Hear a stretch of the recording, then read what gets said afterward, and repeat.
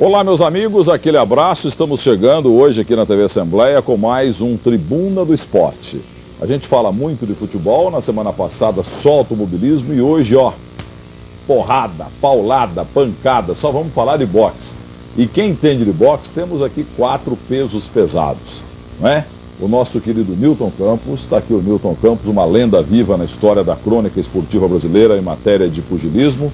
O Ricardo Trigo, que é preparador físico, trabalha com o Sidney Dalroveri, conhece o boxe hoje, o boxe moderno, e é parente de Mário Trigo, hein? Mário Trigo, dentista, campeão do mundo pela CBD, em 58 e 62.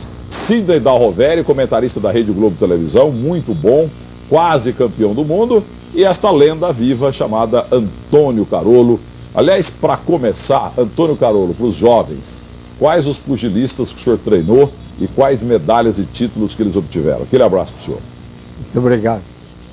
Bem, lembrar de todos é meio difícil, porém vou citar aqui alguns, aqueles que mais se destacaram.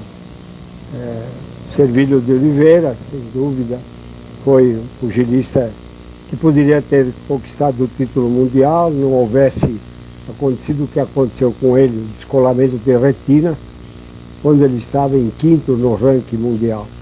E já campeão sul-americano, tinha tudo para chegar a disputar o título e sagrar-se campeão. O Servilho, que mais? Servilho de Oliveira. Miguel de Oliveira, campeão do mundo, que conquistou o título mundial em 75, categoria dos médios ligeiros. Quer ver? Contra quem, Nilton? Você estava lá? José Duran, que era campeão espanhol dessa categoria dos médios ligeiros, foi em Monte Carlo, 7 de maio de 75. Ô, louco! E o homem no corner? E o Carolo no corner. E que corner! Eu sou testemunho. O que mais? Vamos ver, mais um. Outro pupilo seu. Mais recente, Popó, que treinou comigo durante 3 anos aqui no São Paulo, no início da carreira dele, como amador, não como profissional. E chegou como amador a conquistar a medalha de prata nos Jogos Pan-Americanos de 95, de Mar del Plata. Depois disso, ele passou a profissional, vem fazendo uma bela carreira. E hoje o senhor está ligado ao boxe ou está aposentado? Não, ainda continua. Vai morrer no tablado? Ainda continuo de teimoso. Bom, agora histórias aqui. Qual a história que o Newton Campos gostaria de contar aqui? Do Sidney Dalroveri, do Carolo, o jovem preparador físico? O Éder Jogo não tinha isso, né? Não, o caso é o seguinte, todos eles têm histórias bonitas, que a gente estaria aqui falando o dia todo sobre o que eles fizeram. O Carolo, para mim, foi o melhor que o Brasil teve, em termos de preparação, em termos de disciplina, em termos de conquista, porque ninguém ganhou mais título do que o Carolo no amadorismo, como técnico da Pirelli, como técnico do São Paulo Futebol Clube. Por sinal, São Paulo está voltando ao boxe e o Carolo vai continuar como técnico. Mas o Marcelo Portugal Gouveia é um excelente presidente. Também acho. Inclusive, é tão bom presidente que ele está procurando formas de dar ao clube não somente a questão do futebol, que já tem o seu carisma. Ele quer trazer os 3 tenores, ele quer fazer a luta do Popó, a próxima, que vai ser em São Paulo, tá vendo? É a disputa do título, é a nona defesa. No estádio? Não, eu acho que no Morumbi não, Milton. O Morumbi, no meu entendimento, o Morumbi é excelente, grande estádio, uma beleza de estádio, majestoso estádio. Mas o Morumbi, quem sentar na geral, não vê luta nenhuma. Mas pera, a maior luta de boxe da história não foi no estádio? Foi no ginásio do estádio, mas foi no México, no estádio Azteca, onde o Brasil foi campeão em 70 no futebol. Ali foi realmente, mas você não pode comparar. Que luta foi aquela? Foi essa do que eu citei agora há pouco numa conversa particular entre o Júlio César Chaves e o americano Kevin. E levou 132.448 pagantes, foi o maior público pagante de toda a história. Mas acontece que o Júlio César Chaves foi o maior ídolo do esporte mexicano de todos os tempos, pelas conquistas, pela figura simpática, pelas atitudes dele. Pena que hoje já não é mais o mesmo. É verdade que ele está com o mesmo problema do Maradona? Realmente aconteceu isso. Cocaína? Recentemente, o presidente do Conselho Mundial de Boxe, José Sulaiman, levou ele para o hospital para fazer uma limpeza no físico dele, na mente dele. Não sei se surtiu efeito, que me disseram que ele saiu de lá bem, já começou com mais companhias outra vez, isso é desagradável. Mas peraí, senhor Carolo, está aqui o jovem preparador físico Ricardo Trigo e o nosso treinador velho. Como é que o Maradona foi para a cocaína? Agora um boxer também, né? Quer dizer, outro atleta, mas 100% depende do físico, é claro, o Maradona também. Mas como é que um cara que derrubou tanta gente e tal é derrubado pela cocaína, quer dizer, rico, milionário, consagrado? Não dá para entender, Sidney. O que eu vejo, a pessoa, ele sempre esteve no auge, o Chaves, assediado por muitas pessoas, muita gente. E talvez o delírio que ele sentia quando ele cheirava cocaína proporcionava a ele os mesmos efeitos. Só pode ser por isso. Porque ele tinha tudo. Uma pessoa consagrada no país, ele é um deus no México. Então, quer dizer, não havia porquê. Mas empobreceu também, igual o Maradona? Empobreceu? Não, ele não está pobre. Apenas ele teve um problema de divisão com a mulher que ele se separou. E 50% tem que ir para a mulher, porque ele perdeu a causa. Mas ele tem muito dinheiro ainda, ele mora numa cidade que ele praticamente é o dono da cidade, chama-se Culiacán, 850 quilômetros da capital mexicana. E lá ele leva a vida dele, tem 3 casas de vendas de automóveis, onde os irmãos dele tomam conta. Eu não sei o que aconteceu com o Júlio César Chávez, porque eu conheci ele em 85 na Tailândia, numa convenção do Conselho Mundial, simpático ao extremo, um garoto que dava gosto conversar com ele. E sempre, também quando ele lutou com o nosso Tomás. Tomás da Cruz? Não, Tomás da Cruz, né? Quando ele lutou com o Tomás da Cruz e ganhou por nocaute no 3º round, também conversamos com ele demoradamente, uma figura que queria conhecer o Brasil, mas que só viria para cá no carnaval, claro, né? Então eu não sei, a gente via nele uma figura, um exemplo. De repente ele caiu na cocaína, ele caiu na vida que não deveria cair e está manchando o nome dele, a figura dele vai se desvanecendo.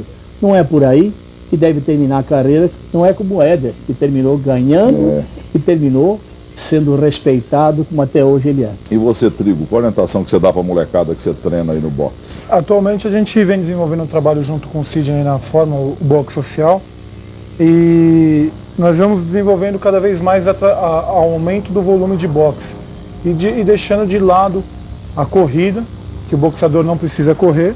A gente orienta para não usar droga, ter uma vida mais saudável, mas no boxe a pessoa é muito humilde. Então é difícil a gente conseguir tirar eles desses maus hábitos, né? O Popó, né, é muito humilde demais, né? O senhor pegou o Popó, entre aspas, não sabia andar. Era o irmão dele já antes, cara. Disciplinado. O irmão dele já antes. O irmão dele foi meu pugilista desde o tempo da Pirelli. Ficou 5 anos comigo. E ele, o Luiz Cláudio, que pediu, quando estava no São Paulo, pediu se era possível trazer o irmão mais novo e tal. Naquela época o Popó tinha 16 anos. E eu consegui passagem, estadia para ele lá, alimentação. Que lá na Bahia ele não tinha oportunidade de fazer um trabalho assim para desenvolver, como ele desenvolveu. Né? E ele continua humilde, né, seu Carolo? Porque eu o entrevistei na TV Record outro dia, tive uma ótima impressão dele no ar e fora do ar. Ele não dá mascarado, não. Não. Só estranhei muito o que ele fez na última luta. No último assalto, antes de terminar a luta, ele já festejando de uma forma assim bastante exageradamente. Menosprezando o adversário, coisa que o senhor não gostou. Eu não gostei, a primeira oportunidade que tiver, eu vou conversar com ele a esse respeito. Acho que ficou bastante antipático assim perante o público e tal, o que ele fez no último assalto. Festejando daquela forma, fazendo bailado em cima do ringue. Mas um Muhammad Ali, mais ou menos. Exatamente. Então, veja, Carolo, eu tenho que respeitar a sua opinião, porque você conhece esse assunto e é muito ponderado. Mas veja bem, o Popó estava ganhando a luta, por boa margem de pontos. E com um preparo físico ele nunca teve. O Sidney está concordando aí, né, Sidney? Não, ele concorda com o Carolo. Eu sei, eu conheço a opinião do Sidney. Mas veja bem, Se há uma coisa que o americano gosta, é show. Tanto é verdade que aquele bailado que o Popó deu no final da luta, e levantando os braços, já comemorando a vitória, porque ele sabia que estava ganhando a luta, me pareceu perfeitamente normal, porque se Muhammad Ali fez isso tantas vezes, se o Sugar Robinson fez isso tantas vezes, por que o nosso Popó não pode fazer também? Ele não foi antipático, ele apenas quis dar um pouquinho mais de show. Ele não foi vaiado pelo público americano, não. Ele foi vaiado pelo público brasileiro. O americano gostou, que era um show à parte. O que eu vejo, eu comentei durante a luta que eu acho que Na TV Globo com o grande Galvão Bueno. Não, tava o Kleber, o Kleber Machado. Santista, excelente também. Ninguém é perfeito. Porque o Kleber tem essa vantagem, ele é santista. O Galvão não tem essa virtude de ser torcedor do Santos. Eu comentei o seguinte, que o boxeador não deve perder as características dele. Então a gente vê o Popó como um homem de decisão, um homem que vai para a luta para decidir. É muito mais próximo de um Júlio César Chaves, que a gente estava citando aqui, de um Roberto Duran, Mano de Pedra, e distante de um Muhammad Ali, de um Sugar Ray Leonard. Quer dizer, não é a característica do Popó, ele bailar, ele fazer aquela coisa, ele sempre foi um boxeador determinado.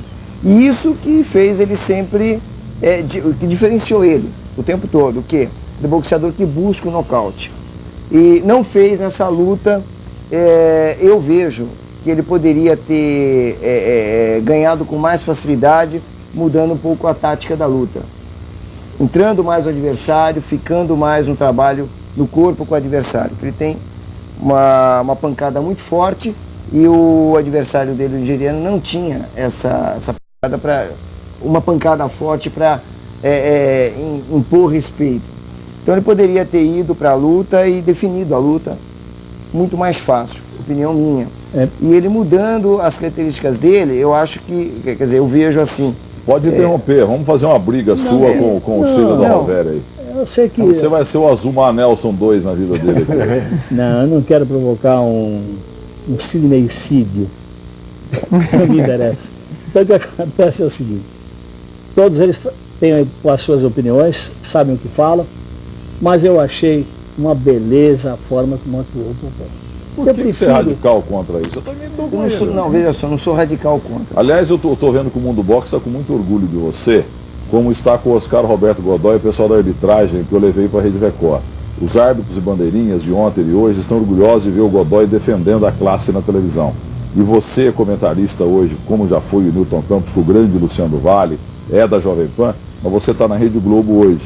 E você representa o Carolo, a família do Éder, o Trigo, o nosso Newton Campos, o pessoal que lutou, que está lutando, que pretende lutar. Acho que o pessoal está muito orgulhoso com você. Eu agradeço. Mas assim, são opiniões distintas, claro. Porém, o Carolo, que foi treinador do Popó durante alguns anos, sabe que o Popó sempre foi um boxeador determinado, que gosta de decidir, que busca o nocaute. Sempre foi assim, mesmo no tempo de amador, ele já era assim. O Carolo comentava comigo, é difícil segurar o ímpeto do Popó. É um boxeador que quer nocautear o adversário. Isso fez a carreira brilhante dele no profissional também, que ele tem um número de nocaute muito maior do que os outros da categoria dele. E isso dá um grande destaque para ele também lá fora.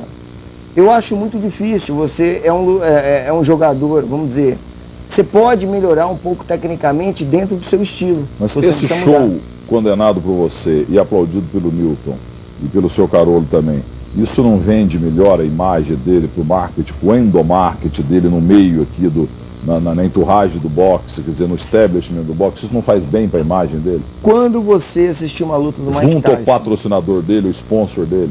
Veja só, quando você buscava e assistia a luta do Mike Tyson, você queria assistir show? Não. A gente buscava que round ele vai nocautear. Não, mas o Muhammad Ali era show. O show, mas o Popó... Também show. Também. Completo. Agora, o Popó, quando você assiste uma luta do Popó, você quer ver um show do Popó ou você busca que round que ele vai decidir a luta. Não, mas ele só dá uma brincada no fim, que a luta ganha. Exato. Sim. E outra coisa, Agora, o que eu digo assim, a parte tática, Casco que ele brincava lá no durante primeiro a round. no luta, etc. segundo. Mas é o estilo dele. Agora o Popó, o que eu digo é o seguinte, não foi nem aquele ensaio que ele fez no final que o seu Carolo condenou. O que eu digo assim, a tática ele podia ter decidido mais a luta. Ele não é um boxeador que dá 1, 2 golpes e sai, dá 1, 2 golpes e sai. Ele sempre foi um boxeador que quando ele encurta a distância, dá uma sequência, uma salivada, isso ele não fez durante essa luta. E ele poderia ter feito, inclusive os contragolpes de cruzado direita que o Atá jogava nele, pegava sempre na saída. Então é fácil, pô, você pegou 1, 2, 3, você não vai tomar mais com esse cruzado. É a mesma coisa, poxa, vamos falar de futebol, que é mais sua especialidade. Se o jogador está jogando, todo o ataque é pela direita, você vai marcar, o lateral está descendo, o ponto, etc. Saca logo. Claro. Então o que acontece? Não deve tomar. Agora, se você está meia distância para longa, na saída, você tomou uma, tomou duas, vai tomar a terceira, não. Ele dentro do Mas peraí, boxeador... você condena, eu aplaudo o Newton também, aplaude o Carolo, condena esse showzinho aí do nosso Popó. Trigo, você que é o mais jovem aqui, você vai desempatar, o voto de Minério está 2-2. Você aplaude ou condena? Eu condeno por ter sido atleta e vim das artes marciais. E eu acredito que isso é uma falta de respeito muito grande com o seu adversário. Se você já derrotou seu adversário, você não precisa se pudiar em cima dele. Eu acredito que você... Puxa, dessa você não sai, né? Eu acredito que você tem que ganhar simplesmente... Dessa você não sai, o homem foi bem. Aliás, você lutou o quê? Eu lutei karatê. Karatê? Chegou a... Fui 2 vezes campeão brasileiro, 4 vezes campeão paulista. Beleza. E aí, agora a tua vez, quer ver se você escapa dessa. E já eu quero mostrar Galo de Ouro, Coração Tricolor. beleza. Time do Marcelo Portugal Gouveia, nós vamos dar um close aqui. Beleza. E já nós vamos mostrar algumas fotos que vão mexer com o coração do Carolo. E do pessoal tá aí o Galo de Ouro, querido Éder Joffre. Uma espécie de Pelé do boxe. E aí? Acontece o seguinte, eu respeito também a opinião do Trigo, mas ele mesmo disse que ele é um homem do karatê. Né? É um pouquinho diferente do boxe. Agora veja só, eu prefiro muito mais ver o Popó com harmonia de movimentos, bailando, movendo a cintura, escapando dos golpes, do que o Popó saindo atrás do adversário, querendo matá-lo, querendo acabar com ele. E essa forma de luta de Popó fez com que ele caísse 2 vezes. Ele caiu 2 vezes que nunca ele deveria cair. A primeira foi na Inglaterra com Barry Jones, que não pegava nada. A segunda foi contra Lemuel Nelson, que também não pegava nada, mas derrubaram o Popó porque ele foi afoitamente em busca do nocaute e surgiram 2 quedas. Eu prefiro muito mais o Popó com harmonia de movimentos, jogando um boxe estilizado, do que um Popó matador puro e simplesmente. Eu prefiro o Popó dessa maneira, porque com essa forma de lutar, ele vai ter uma vida mais longa dentro do boxe. Você vê o que aconteceu com o Mike Tyson. Quando ele não derrubou, ele foi nocauteado. Mas eu não fazendo uma comparação do Popó com o Mike Tyson, mas um Popó mais próximo do Éder Joffre. Pode aprimorar a técnica dele, tá? O Éder Joffre não era um bailarino. Peraí, eu sou um saudosista, viu, seu Carolo? E até estou de novo com o Éder Joffre aqui, não entendo nada de boxe. Mas eu sou o campeão mundial da imprensa de jogador velho. Jogador velho é comigo mesmo, na Jovem Pan, na TV Record, no Jornal Agora, no meu site miltonneves.com.br. Eu adoro tudo que é velho. Jogador velho é comigo mesmo. Então no boxe aqui eu ouso falar, não existirá nada parecido com o Éder Joffre. E você acabou de falar que Popó tá mais para Éder Joffre. Quer dizer, os entendidos dizem que o Popó é ótimo, mas que representa 20% no máximo de Éder Joffre. É por aí? Eu diria 50%. 50 de Éder? Então o Popó é bom demais, né? É excelente. 50 de Éder? Ele tem coração de campeão, Popó. Tem alma de campeão. Tem alma de campeão. Meu Deus, então o Popó é bom mesmo. Não, peraí, você está certo. Mas eu interrompi você, Rovério, desculpa. O que você estava falando? Depois eu passo para o Nilton. Não, o Popó é muito mais próximo do Éder Joffre, como lutador, tá? Do que do Sugar Ray Leonard ou do Muhammad Ali. Então, o Éder Joffre, em nenhum momento, ele bailou nada, ele continua no jogo dele, buscando a luta para decidir. Como acontecia com o Roberto Duran, como acontecia com o Júlio César Chaves. Mano de Piedra, esse aí eu conhecia. Excepcional boxeador. A gente nunca viu o Duran também bailando, fazendo outras coisas. Mas assim, eu não digo durante o final da luta, né? Eu digo Será que durante ele a não fez luta. aquilo, não era para menosprezar, viu, Tribuno? Não. Será que ele não quis... O cara, quando faz isso, ele não quer influenciar o jurado ali? Não, mas a luta O estava último ganha. round é importante, inclusive na influência de jurados. Mas a luta Então, estava ganha já. Estava né? ganha, ele sentiu que estava ganha. Então o que ele quis fazer? Ele quis completar aquele show de técnica que ele havia apresentado. Ele deu um showzinho, ele escapou, ele bateu e saiu, ele não se expôs a contragolpe, ele foi um boxeador altamente técnico, inclusive o mais bonito do boxeador, ele aprendeu a caminhar harmoniosamente pelo ringue. Sabe o que significa saber caminhar no ringue? Cercar o adversário, impedir que o adversário atinja você e se colocar à distância que convém a você e não convém a Você já adversário. lutou, não, quando era moleque? Não, eu treinei um pouquinho com o pai do Éder, mas no negócio era... Haroldo, o senhor lutou? Ele Pergunta, lutou, tem sim. gente que não entende, porque o senhor é uma lenda. O senhor lutou mesmo, foi campeão. Pouco, porque naquela época os campeonatos eram poucos, O pouquíssimos. senhor foi peso pena também, né? Disputei em 44. Federação, sabe, tem um título de campeão paulista dos novos. Eu lutei um ano e pouco. Defendi o depois Floresta.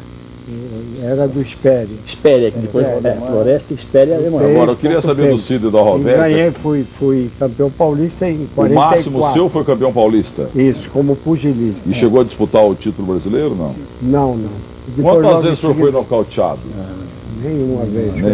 graças a Deus. Então, o Cid e da Roberta, eu torci muito pra você Nenhuma naquele vez. contra o Azumar Nelson. Vamos nessa. E você perdeu logo no terceiro round, né?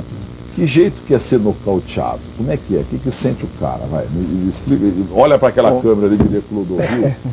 Que jeito que é ser nocauteado? Depende onde pega o golpe. Se é na região do fígado, é o pior nocaute que eu acho que pode acontecer.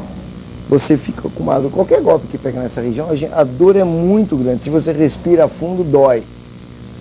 Se você para de respirar, você vai ser não tem como. É duro. E detalhe, até o final da luta você sente aquele golpe. É o pior golpe que existe é no fígado. Porém, o cara, quando nocauteado- atinge, ele sabe que você sentiu, continua batendo ali. dá pra saber. Agora, tem alguns especialistas, por exemplo, está citando o Éder Joffre, era perfeito para bater nessa região. Tá? Júlio César Chaves, Cirúrgico ali. cirúrgico. Ele era. Tá, Decisão então o cirúrgica. nocaute da zona hepática, diria Newton Campos. É o pior E o outro? que E o existe. outro? Agora o outro foi que eu tomei, o que acontece? Quando você vê, você tá no chão. Você não percebe. Você fala, pô, eu caí, caramba. Aí levanta, estava consciente, mas o chão roda, o chão tá rodando. Tá girando o chão. Você fala, pô, peraí, o que está acontecendo com o chão? Tá rodando o ringue, né? É isso que você sente. Agora eu não tive um nocaute, graças Depois a você viu o Deus. tape. Também você pegou aquele negão forte, Azumar Nelson. Como é que foi o nocaute? Foi um cruzado de esquerda no queixo. E Na eu já verdade eu tinha não vi. alertado ele naquele gancho de esquerda do Azumar cruzado e Nelson. gancho do Azumar Nelson. Nós conversamos antes da luta, falei, cuidado com esse gancho e esse cruzado do Azumar Nelson, que é fatal. Eu não sei como que o Cid da Roveri se descuidou, abriu do lado Você direito. entrou com medo naquela luta? Não. Porque eu estava com medo. Não estava tranquilo. Talvez isso daí, a tranquilidade foi ruim. Porque se eu tivesse com receio, com medo, eu não ia me expor. Quem foi o teu técnico lá, o Carolo? Não, foi comigo o empresário na época, o Cato Nelson, e ainda o Luiz Camargo E Wolfman. esse Cates Nelson não foi aquele que acabou com a carreira do Éder Joffre? Não acabou. Houve muita lenda sobre esse assunto, não acabou. Ele foi um cara que se É vivo, aproveitou. Cato Nelson? Está É vivo vivo. ainda com 82 anos. Ele tem uma pizzaria na rua Canuto Duval. Porque eu lembro que eu acompanhava, eu gostava demais do Éder Joffre, não há quem não gostasse, e continua gostando do povo, seu Carolo. E a imprensa falava, não, porque é briga de empresários. Não sei o quê. A mesma coisa que acontece hoje com o Marcelinho Carioca, com o Ricardinho, com o Ronaldinho Fenômeno lá, não sei o quê. Aconteceu, parece que com o Cates Nelson, né? Porque ele era o empresário do Éder, dos e o Éder empresários, queria né? lutar não sei aonde, o outro Um dos empresário não queria, empresários. que virou um Um dos rolo danado empresários. e ele parou de lutar. A briga o foi Marcos com o Lázaro. Marcos Lázaro. Os dois passaram a ser chamados apoderados do boxeador. E o Marcos Lázaro tinha o poder da televisão. Ele conseguia a imagem de todas as lutas que ele queria. E o Cates Nelson tinha o Éder Joffre. Então mas eram dois judeus. Eram não, são porque são vivos. E judeu é fogo quando tem dinheiro no meio. Problema.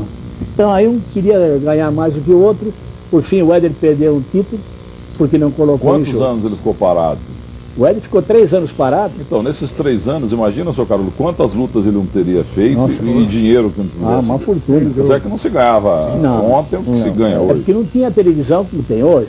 Na época do Éder, você quando muito assistia um tape. Eu mesmo trouxe tape de lutas do Éder para o Brasil, que eu estava presente e trazia. Eu ia fazer a reportagem da Casa Esportiva e trazia o tape. Aí exibiam aqui. Então, Bom, eu não queria tinha mostrar aqui, nesse trabalho, o Galo de Ouro, Coração Tricolor, do São Paulo Futebol Clube. Então, olha, essa primeira foto que vocês estão vendo, no boxe a técnica, a calma e a disciplina sempre se sobrepõem à violência aparente. Tá vendo aí o Éder? Aí. Agora aqui o Éder com os seus 2 irmãos, eu nem sabia. Éder do Mauro e do Crescem Galberto. do Galberto, Do Galberto, albo da família. Agora, Éder Joffre, primeiro à direita, jogou muito tempo como ponta esquerda no 15 de novembro do Parque Peruche. A família de boxeiros, olha aqui, o Éder ainda menino entre Vicente dos Santos, o matador de Osasco, campeão brasileiro dos pesos pesados, e Kid Joffre. Mais uma foto aqui. Olha o menino Éder. O boxe e o São Paulo, 2 paixões de Éder que vieram do berço. Olha o calção dele, hein, com o distintivo do São Paulo aqui, que o corintiano fala que parece um pedaço de pizza. Agora, olha aqui, ó. Éder deixa o ringue pequeno para Aniceto Pereira. Quem foi o moreno Aniceto Pereira? Uruguaio empatou com ele. Mais um aqui, ó, do Peruche a Melbourne. Em casa, no Parque Peruche, e ainda amador, Éder Joffre posa vestido, tá posando aqui vestido a caráter. Mais o Éder aqui, o pequeno Marcel Joffre tenta acompanhar o ritmo incessante do pai campeão. Que bela foto. O Marcel Joffre nunca lutou, não? Não, É? não. Mas Vamos- os irmãos do Éder, 2 deles lutaram. Só terminando aqui as fotos, a Glória em Los Angeles, Olympic Auditorium, Joffre versus Sanches, Éder Joffre versus Eloy Sanches. Estava lá. Agora aqui o Galo de Ouro. Em Los Angeles, o Galo de Ouro conquista o título pela primeira vez. Penúltima foto, isso aqui eu fiquei muito triste, eu vi pela Rádio Bandeirantes com o Flávio Araújo. Cercados de grande expectativa, Éder e Arada participam da pesagem oficial da luta, antes da luta em Nagoya, e Éder golpeia Tony Jamal As em sua escalada no ranking dos pesos pesados. O gongo volta a soar. Então aí vocês viram nesse trabalho do São Paulo Futebol Clube, do seu Carolo, a história do Éder Joffre aqui também, o São Paulo do... Então foi muito bonito mostrar isso para vocês. mas- O que vocês lembram mais do Éder Joffre dessas lutas todas? Eu quero lembrar. Muito bem narrado esse trecho que você apanhou dessa revista, que é uma homenagem àquele que, para mim, foi o mais completo lutador que a América do Sul teve em todos os tempos. Eu digo América do Sul respeitando o Carlos Monzon, mas o Éder foi qualquer coisa de fenomenal. Eu vou contar um detalhe aqui. 5 de maio de 1973 em Brasília. José Legrá. José Legrá, Eu cubano, sou bom, tá vendo? Eu conheço claro. alguma coisa, Soldado. cubano naturalizado espanhol. José Legrá, mais alto do que o Éder. Muito mais alto que o Éder. Campeão da categoria peso-pena pelo Conselho Mundial de Boxe. O Éder tinha mudado de categoria, saiu de galo e foi para peso-pena. Se fosse hoje, o Éder seria super galo, que tem a categoria super galo. Mas naquela época não tinha, de galo ia para pena. Então o que acontece? Tudo contra o Éder. Éder com 37 anos. Éder sem sparring. Ele não tinha bons sparrings no Brasil. Bom, veio a luta, lotado o ginásio Presidente Médici, inclusive o Presidente Médici presente, e todos aqueles políticos da época, o próprio Delfino Neto, Jabas Passarinho, Leitão de Abreu, estava todo mundo lá acompanhando o Garçado Médici, que era um homem que gostava de E a boxe. ditadura comendo solto. Tremendo, aquela época era ditadura mesmo. Então aconteceu o seguinte, uma expectativa tremenda, eu devo também citar que fui jurado dessa luta. Então vem a luta. Primeiro round, segundo round, terceiro round. O José Legrá reclama que foi roubado, né? Não foi nada, absolutamente. Deixa eu contar. No terceiro round, o Legrá acertou uma direita na testa do Éder. Com um swing. O swing é um golpe largo, é o mais largo dos golpes. Foi um direto de direita. Pegou em cheio a testa do Éder e o Éder dobrou as pernas. No que o Éder dobrou as pernas, nós vimos tudo escuro. Para mim, era o fim do Éder. Mas aí, resultado. O Éder resistiu mais alguns golpes, resistiu e bateu o gongo. Muita gente disse, não, bateu o gongo antes de encerrar os 3 minutos. Mentira! O gongo era automático. Eletrônico, né? Não podia bater o gongo. Automático, Ciro. É automático o O senhor gongo. estava lá, seu Carolo? Não, não, assisti Então o que pela aconteceu? televisão. Bom, foi uma direita do Legrá que acertou o Éder. Então terminou o terceiro round. e veio o quarto round. Ah, meu Deus do céu. Aí toda a raça do Éder, toda a gama de recursos que ele havia adquirido nos longos e pacientes ensaios da academia, ele colocou em prática. Sabe que eu li na época no jornal, que nesse intervalo aí, que o Kid Joffre falou com o Éder Joffre, não como treinador, mas como pai, indignado. O que é isso, rapaz? Escreve agora na cara? Onde você viu isso? Não, eu li isso. Chamando E ele, como pai, deu uma dura no moleque. E o moleque veio. Pro quarto round, inverteu o panorama da luta. O Éder saiu em cima do Legrand, correu pelos 4 cantos do ringue em cima do Legrand e acabou aquela vantagem que o Legrand havia obtido no terceiro round. Mas o que mais me chamou a atenção foi de que até o final, aquele tempo eram 15 rounds, não é como hoje que são 12. Até o 15º round, nunca mais o Legrand acertou uma direita no Éder. O Éder falhou na guarda ao receber aquela direita. Mas como o gênio não erra 2 vezes, o Éder não recebeu mais nenhuma. O Éder é fantástico. Eu tive a felicidade de... O Éder já havia parado de competir, mas eu treinei algumas vezes com ele. Exatamente, ele marcava todos os golpes que você jogava nele. Você não acertava 2 golpes nele, os mesmos golpes, não conseguia. Acertasse um jab de uma forma, ele não entrava mais no Éder. Então isso fez com que um boxeador extremamente técnico. Isso é raro, seu Carolo? Quer dizer que acerta um só, o segundo não vem? Isso. Meio difícil. Eu acho que o Éder foi um grande pugilista, sem dúvida nenhuma. O que predominava no Éder, também a determinação dele e a potência do golpe dele. Potência, ele tinha um golpe muito acima da categoria dele. A potência do golpe dele era de um peso leve, ou meio médio, talvez. Isso é que prevalecia. Mas que coisa interessante, Roberto, quer dizer que um Beck que toma um drible e tal do centroavante daquele jeito, o Éder não tinha segundo drible. Não tem segundo. O Domingos da Guia, ninguém livrava ele 2 vezes do mesmo jeito da primeira vez. Domingos da Guia que eu cheguei a ver jogar e adorei. Então ele marca, então ele vai... Isso que me fez, quer dizer, mais, né? Isso também fez ele diferenciado dos outros. Tá? Agora, a alma de campeão dele é impressionante, que é o que a gente citou do Popó. E eu fiquei bastante à vontade de falar assim, dessa luta específica do Popó, que a luta que ele fez com o Casa Maior, eu achei que foi a melhor luta da carreira dele. Perfeito em todos os movimentos. Bom, Foi excelente. Mas, olha, utilizando uma técnica aprimorada, porque os 3 últimos rounds, se o Popó não utiliza aquela forma de escapar, bater e sair e fugir por todas as laterais que era possível, ele ia perder o combate. Então ele mostrou a melhoria técnica da carreira dele. E depois, nesta luta, com mais veemência, é que ele colocou mais técnica. Então eu vejo o Popó um homem que quer ter uma carreira longa, ele não vai receber golpes do Lembra quando nós brigamos com o Popó, eu, você e o Popó, você, eu e o Popó no Jornal de Esporte da Jovem Pan? Ele começou a dar dura em você, eu falei, mas Popó, eu não entendo nada de boxe, mas a primeira vez que eu vi falar de um tal Popó foi Newton Campos que falou.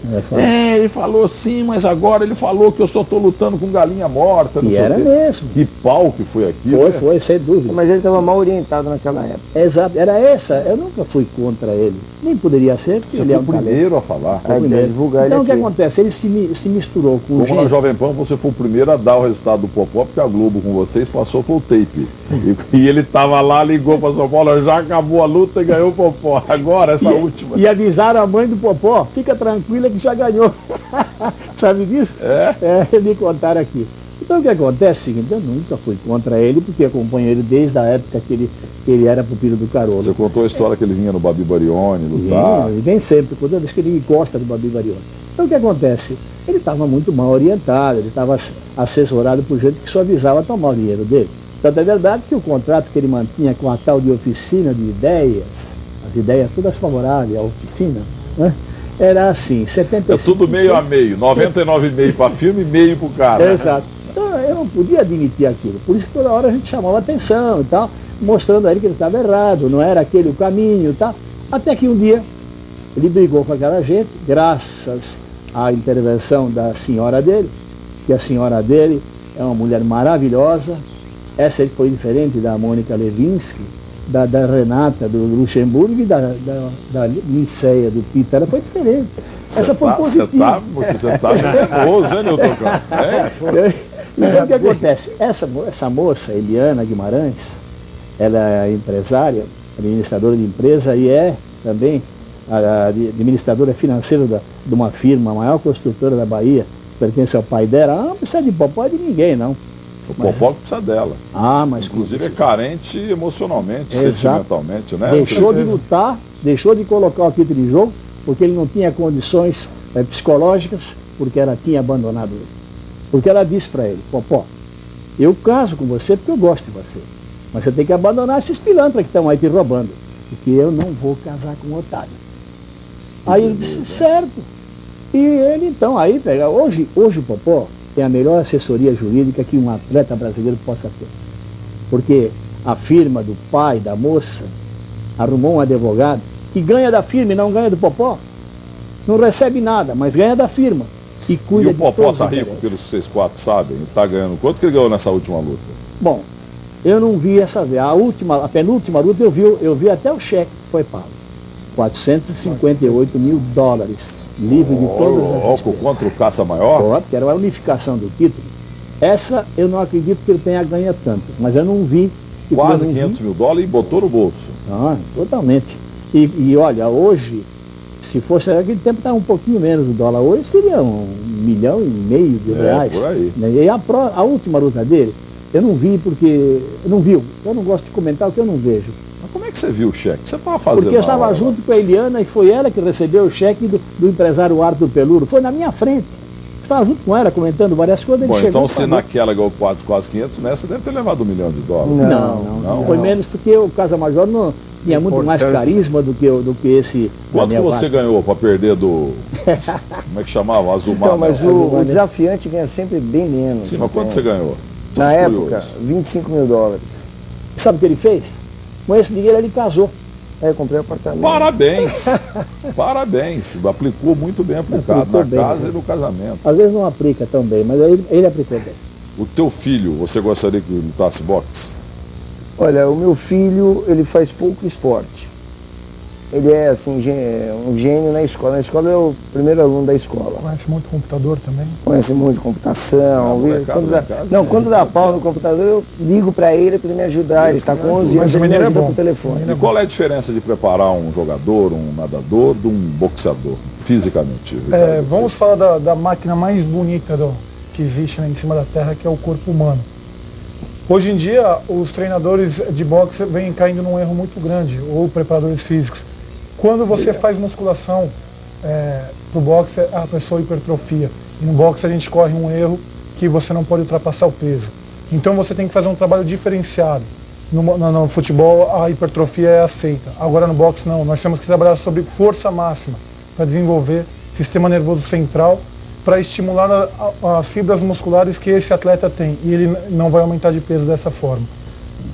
Outra coisa muito importante no boxe hoje em dia, que a gente vem descobrindo, pesquisando através de trabalhos que vêm de Cuba, da Rússia, é que o boxeador não precisa correr tanto como se corria antigamente. Antigamente, boxeadores corriam 24, 30 quilômetros, pareciam grandes maratonistas. Inclusive em Santana do Parnaíba, estou acompanhando um preparo de um garoto, ele está correndo 30 quilômetros 4 vezes por semana, o que é muito. No que eu conversei com o seu técnico e disse para ele aumentar o volume de treino em round de boxe e intensidade de boxe. Agora no futebol tem grandes preparadores, o Altair Ramos é um grande preparador que eu admiro muito, na natação tem grandes técnicos também.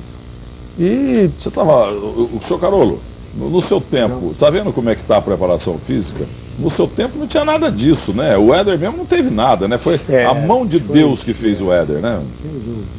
Ele tinha qualidades inatas e foi bem orientado pelo pai e tal. Mas seus pugilistas comeram errado? Como é que era no seu tempo? Não, eu fui boxeador do seu Carolo, já era na época o treinador que melhor orientava, tá? Porque ele sempre buscou, sempre pesquisou. E essa também é uma grande diferença do seu Carolo para os outros. Eu já sei tudo. Se você falasse mais dele para os mais jovens, quem é Antônio Carolo? Olha, além de ser um grande treinador, de conhecedor da parte técnica e tática de luta, é um educador. Se meu filho fizesse boxe, eu gostaria que fizesse com ele. Por quê? Porque vai ter um paizão, um educador. Não vai ensinar um garoto a ser um bad boy. Então ele pega o garoto, sempre conversa, orienta. Eu, na época que fiz Olimpíada, eu já era atleta da Pirelli. Porém, ele me segurava muito, porque você tem, na época, eu estava na faculdade, educação física, era assediado, porém ele sempre chegava do lado, me orientava, o seu caminho é esse, você tem que visar as suas lutas, visar o seu campeonato, o seu preparo, etc. É um pai. Então, além dele ser um grande conhecedor da parte técnica, tática, e sempre buscou o conhecimento físico, ele é um orientador como pai, é um paizão. Vamos dizer, um Tele Santana que ele fazia no São Paulo Futebol Clube é o seu Carolo como treinador. Tá? Então, mas ele não se impõe. O modo dele se comportar, o comportamento dele já impõe esse respeito. Então, além desses lutadores que ele falou de destaque, ele teve excelentes outros boxeadores. Chico Jesus, Fernando Martins, Expedito Alencar. Então, boxeadores maravilhosos. Uma humildade, estou conhecendo hoje, pela primeira vez vendo o senhor Antônio Carolo, pessoalmente. Em 5 Olimpíadas. A humildade dele, né, toca como está tocando em você, telespectador. Precisamos fazer justiça mais nesse país a esse tipo de homem. Em 1980, quando a gente foi treinar com ele, quem veio treinar junto, quem veio dar o treinamento para nós? Stavri Bacharov, um búlgaro, que foi ele o preparador, o técnico dos técnicos de Cuba. A gente fala tanto do boxe de Cuba, pois foi o Stavri Bacharov, esse búlgaro que já faleceu, que foi o orientador de Cuba. Foi ele que deu curso para o Alcides Agarra e para alguns outros técnicos lá. E foi o mesmo técnico que trabalhava junto com o seu Carolo. A gente ficou mesmo. Antônio Carolo seria um nome muito mais forte fora do país que no próprio Brasil. Sem dúvida. O Olimpíada, com certeza, todos conhecem. Mas isso é um absurdo, Nilton. É um absurdo, mas nós não temos a evolução, nem os recursos que têm os americanos, por exemplo. Nós não temos. O que o Carolo fez foi milagre até agora, justamente por essa carência de recursos. Ele sempre trabalhou no mínimo, o mínimo de recursos, nunca teve abundância em nada. Por isso que tem valor, mais valor tudo que ele fez. Eu sou testemunha porque desde que o Carolo entrou na área de técnicos, eu já estou no boxe. Eu só vi coisa boa. Eu nunca vi. Carolo, eu fico muito feliz de estar aqui ouvindo tudo isso. O que o senhor diz? Porque é muito pouco pelo que o senhor merece, mas o que o senhor está sentindo, ouvindo o que eles falaram? Sem dúvida, eu fico sensibilizado de ouvir essas coisas a meu respeito. Mas eu sempre fiz isso com amor, sempre procurei. Eu tenho uma biblioteca assim, com inúmeros livros de boxe e tudo, sempre procurei me aprofundar e aprender cada vez mais. Eu acho que a gente nunca termina de aprender, sempre tenho que aprender. Eu sempre procurei fazer cursos, aprender quando saía com seleção e tudo, sempre procurei me aprimorar cada vez mais. E, sem dúvida, ouvindo isso me sensibiliza bastante e pretendo continuar até que Deus me ajudar e tá, pretendo continuar. O maior reconhecimento, porque no Brasil, lá em Nova York tem um canal, né, o Classics, você só vê jogo antigo, 1930, 1940, grandes lutas, grandes jogos de beisebol. Aqui não tem nada. Eu fiz o grande momento na Rede Bandeirantes, na Rede Record eu também coloco gols antigos. Mas isso é muito pouco em relação ao que o esporte na sua história merece, viu? É verdade. O Carolo tem algo mais, ele não é apenas somente isso que nós estamos falando aqui. Já tirou muito menino da rua para lutar, né? Tirou, e tem mais. Toda vez que São Paulo ou o Brasil, São Paulo ia disputar títulos nacionais e o Brasil títulos internacionais, eu sempre lutei para que o Carolo fosse o técnico. Porque você pode confiar nele. É roupa passadinha, é o peso do lutador, é alimentação adequada. A gente fica tranquilo com o Carolo cuidando dos garotos. Porque a gente sabe, tudo que ele aprendeu, ele coloca em prática. Bom, eu queria saber dos 6-4 agora, principalmente dos três, principalmente do Carolo e do Nilton Campos. No futebol a gente tem exemplos milhares aí de jogadores que prometiam, jogadores... gênios e tal, mas que foram para bebida, para noite, para o jogo, para mulher e tal, e desapareceram no futebol. Vocês podem citar, por exemplo, 3 pugilistas que o mundo e que o Brasil não conheceu também, mas que poderiam, se tivesse se comportado legal, tinham explodido na condição? Vocês lembram de algum nome assim que tenha decepcionado o senhor, que o senhor esperava que fosse até campeão do mundo, mas que infelizmente trilhou caminhos errados? Juarez de Lima, lembro de um tal Juarez de Lima. Foi excelente lutador. Excelente. Mas que morreu na miséria também. Não, está vivo. Está vivo, Sapateiro. Sapateiro. Está vivo, ele que aparece. lutava muito, né? Mas ganhou bastante dinheiro, ele não soube administrar. Ele era o Globetrotter do boxe. Ele corria o mundo lutando, aceitava qualquer parada e ganhou. Foi muito primeiro do ranking mundial, só lutando fora do Lutador Brasil. negro, eu lembro, eu torcia muito por ele, Juarez. Muito técnico. Altamente técnico. Por isso que ele durou bastante. E é por isso que o Popó vai durar E é bastante. sapateiro onde? Ele tem aí junto com a família dele. Que São faz Paulo? sapato. São Paulo. Em São Paulo. Acho que é casa E é dele. uma atividade honesta, justa como outra qualquer. Mas o senhor lembra de algum pugilista que você esperava tanto dele, mas que infelizmente tenha machucado até, sei lá? Eu lembro. Eu lembro aqui no Brasil. Teria sido fantástico se não caísse na vida equivocada. Era João Mendonça. João Mendonça. Eu estava pensando dos que passaram pela minha mão. Pela Pelas sua mão. minhas E o que mãos. você diz? Você tem gente aí para É porque o do Servilho todo mundo sabe, né? Descolamento da retina como o Tostão. Mas o João Mendonça era do Corinthians até. Bárbaro, Milton. Bárbaro, rápido, insinuante. Ele tinha um sistema de luta que surpreendia os adversários. Tanto é que trouxeram para cá, uns anos atrás, quando ele estava no apogeu, um tal de Elisha Obed, que tinha quebrado a invencibilidade do Miguel de Oliveira e tomado o título do Miguel de Oliveira lá em Paris. Eu me recordo, foi em 75. Elisha Obed. Elisha Obed. Esse cara O João Mendonça ganhou dele? deu um pau nele, no ginásio Ibirapuera. Não, foi no Babi Barion, não foi? Não, foi nada. O Babi é pequeno para essa luta. Foi no ginásio de Ibirapuera. Ele deu um pau no Elisha A Obed. Jovem Pan transmitiu essa luta com José Silvério, um grande narrador de futebol, mas narrou, era um fantástico, continua sendo narrador de boxe. Era sim. Narrar boxe não é qualquer um, é muito difícil. É coisa complicada. E na televisão também. Também. Só Luciano do Vale e o Galvão Bueno. É muito difícil narrar boxe também na televisão. Você precisa sentir, né?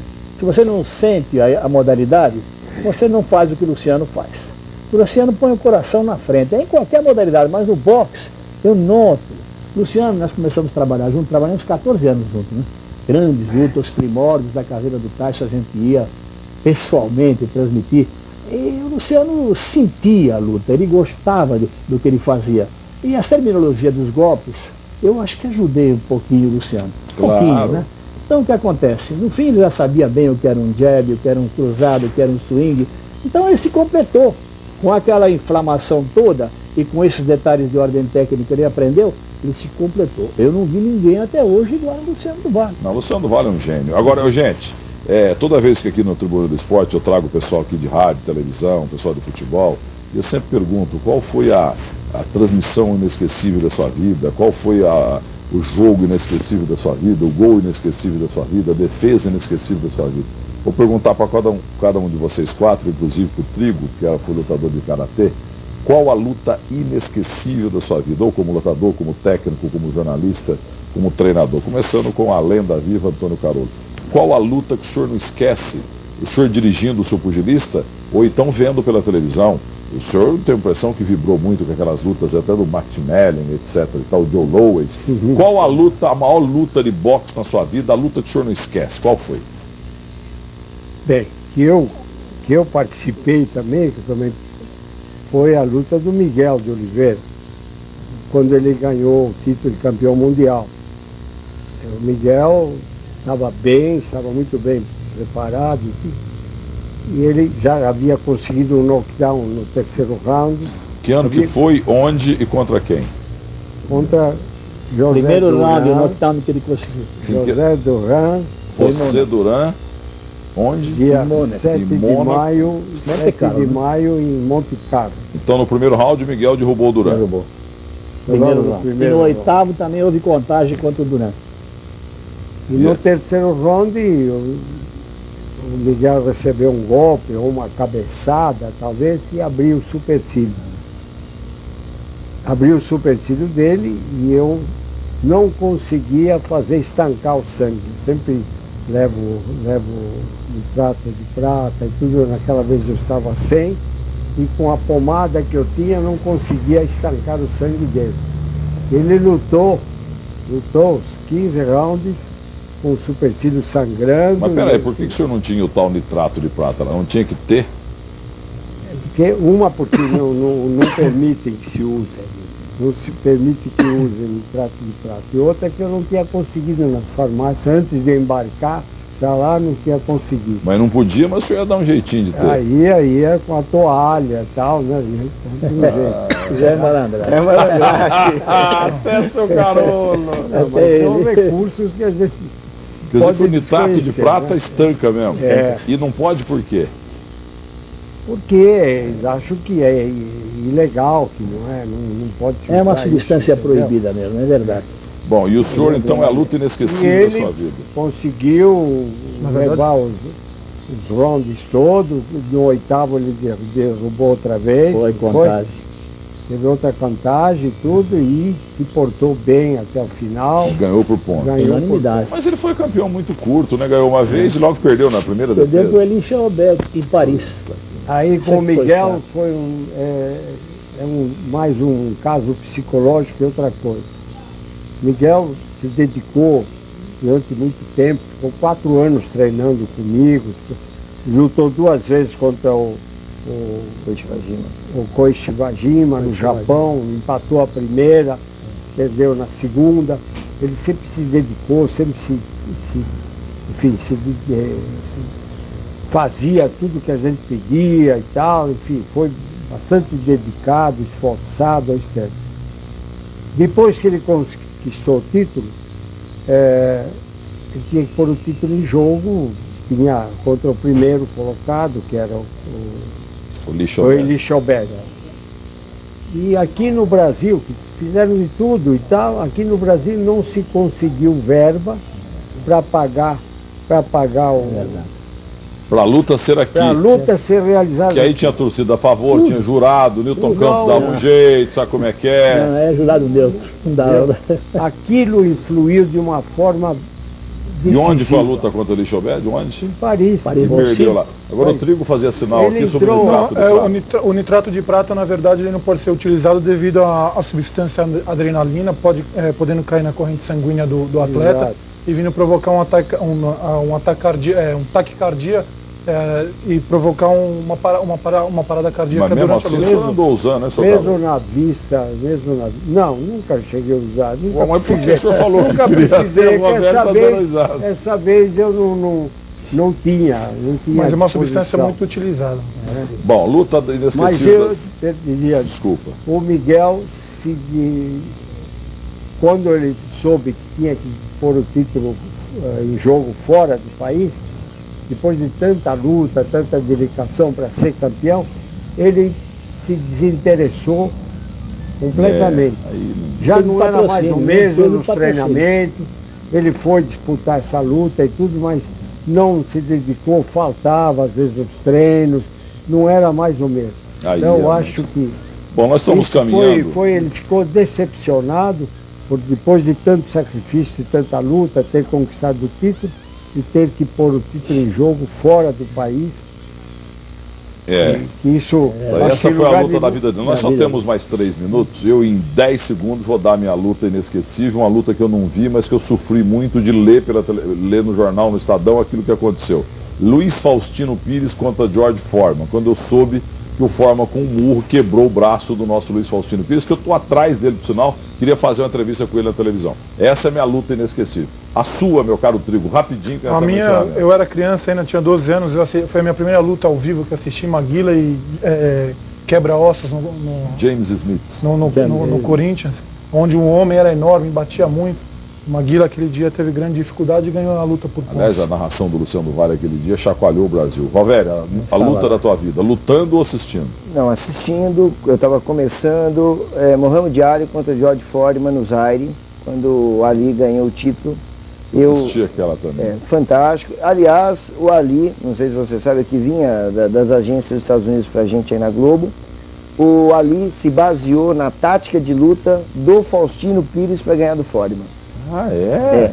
Porque, Olha. Ele tinha ficou lá o tempo todo Exatamente. apanhando aqui. Quando e tal, todos nós achávamos que ele tinha, o único recurso que ele tinha era sair, estar no centro do ringue boxeando, batendo e saindo, ele foi pro corner, recebeu todos os golpes, até cansar o adversário Foreman.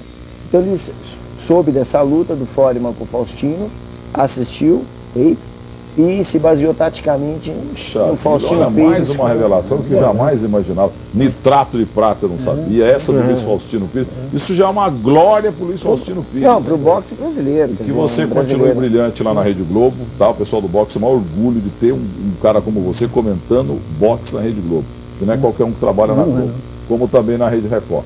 Meu caro Newton Campos, para encerrar o programa, a luta inesquecível da sua vida. 18 de agosto de 1960, no Olímpico Auditório de Los Angeles, Eder Joffrey versus o mexicano Joey Medel.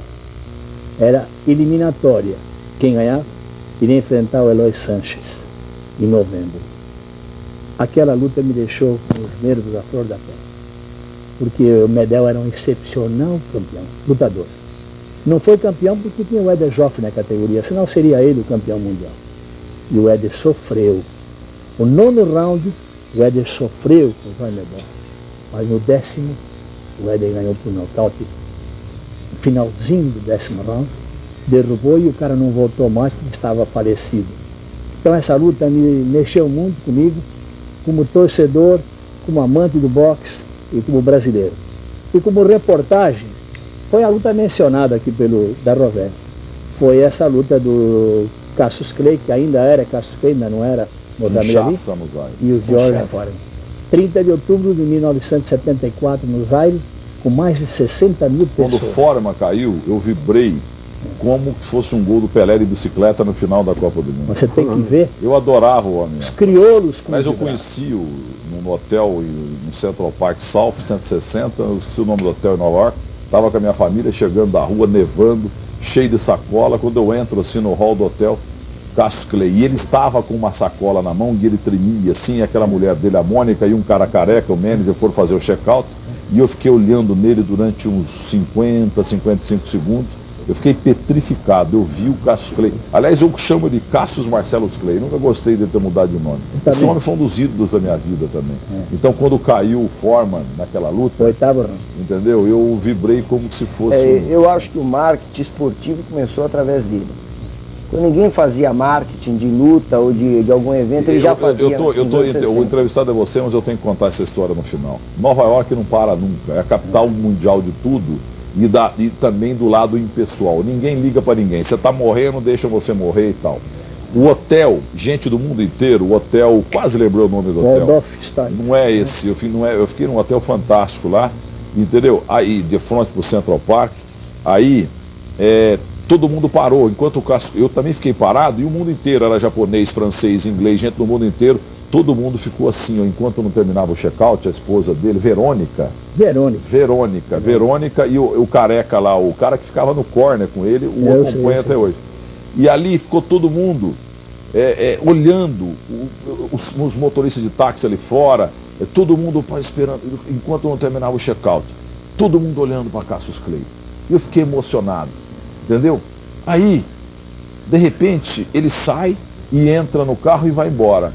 Na mesma hora foi como se de repente ligasse uma tomada, tudo, e Nova York continuou impessoal, todo mundo correndo, cada um atrás do seu interesse.